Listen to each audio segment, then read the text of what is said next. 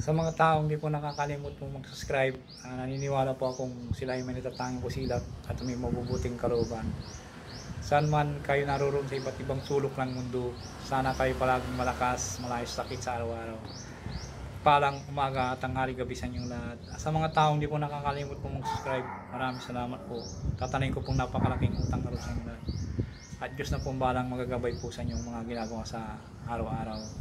At pagkakalog ko po sa inyo ang siksik diktik at tumapaw na pagmamahal ng ating Diyos ng makapangyarihan sa lahat.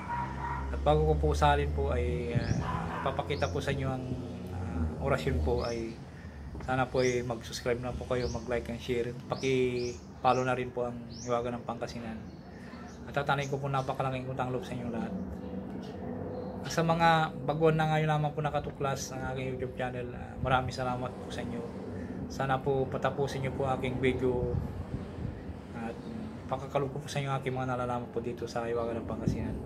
Pakatandaan po lamang, gamitin po lamang sa kabutihan, huwag sa kasamaan. Gamitin upang makatulong sa mga taong nangangailangan. At huwag pong ipagyabang at panatiling magpakumbaba sa isa't isa, magtulungan, magbigay, higit sa lahat, magmaran. At huwag po kayo makalimot pong tumulong sa mga taong hinihiga po sa hirap ng buhay. At ito'y napakalaking kayamanan sa langit sa pagtulong sa kapwa at hindi matutumbasan sino man. Kaya ang Diyos na pong balang magagabay po sa inyo mga ginagawang mga kabutihan.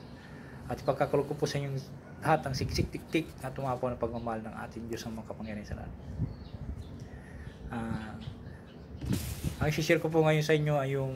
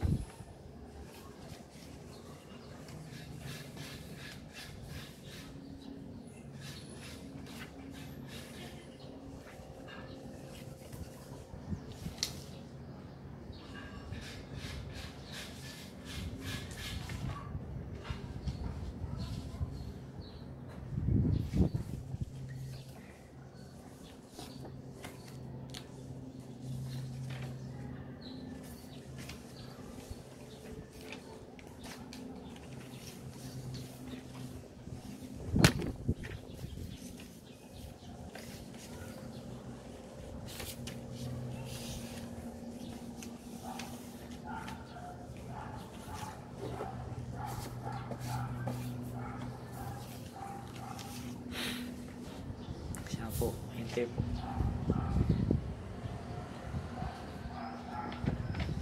I-share ko po sa inyo yung puder po,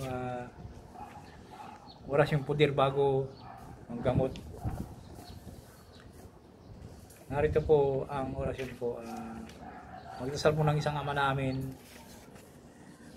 Bago po ang lahat po ay, bago nyo po gamitin po ay konsagra nyo muna.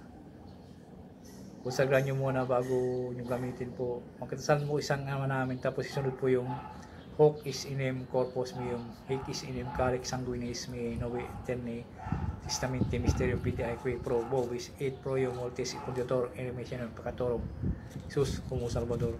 Ay sunod po yung orasyon po ng umiamit, sanitatum moriatum amen Jesus. Ibulong sa isang basong tubig ng beses po at inumin o ipainom sa may sakit po. Ito po ay napakabisa po ito na panggamot po. Bago po kayo manggamot ay usarin nyo po sa inyo, puder po ito, tapos iipon niya sa dibdib po ninyo. Kung gagamitin nyo na pong panggamot po, ibulong nyo sa isang basong tubig, painom nyo sa may sakit po at tiyak na ito'y gagaling na po karamdaman ng may sakit. May binagi na po ako dyan sa inyo na mga konsagrasyon po. Hanapin nyo na lamang po konsagrasyon po ng hoc is inem corpus meum, hic is inem calic sanguinis mei novi eterne testamenti mysterium pidi aeque pro vobis et pro eo mortis ipunditor eremissionem peccatorum Jesus como Salvador. Yun po ang pangkonsagra para mapandar nyo po lahat mga orasyon po. Bago po nyo gamitin po yun, unahin nyo po yung pangkonsagra. Kung kukonsagra nyo po yung sa sarili nyo po, unahin ihipon nyo sa dibdib po. Usalin niyo po yung pangkusagra po, hoc is inem corpus meum, hic is inem calix sanguinis, me eternamente mysterium fidei qui probabis et pro mortis, fundator in missionem peccatorum Jesus Salvador. Hindi po yung dibdib po. Tapos isunod po yung orasyon na inyong gagamitin po. Kung halimbawa po yung orasyon na ito ay isunod niyo po ito po sa dibdib po. O sa tubig inumin po.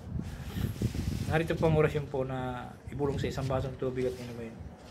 O ipainom sa may sakit po.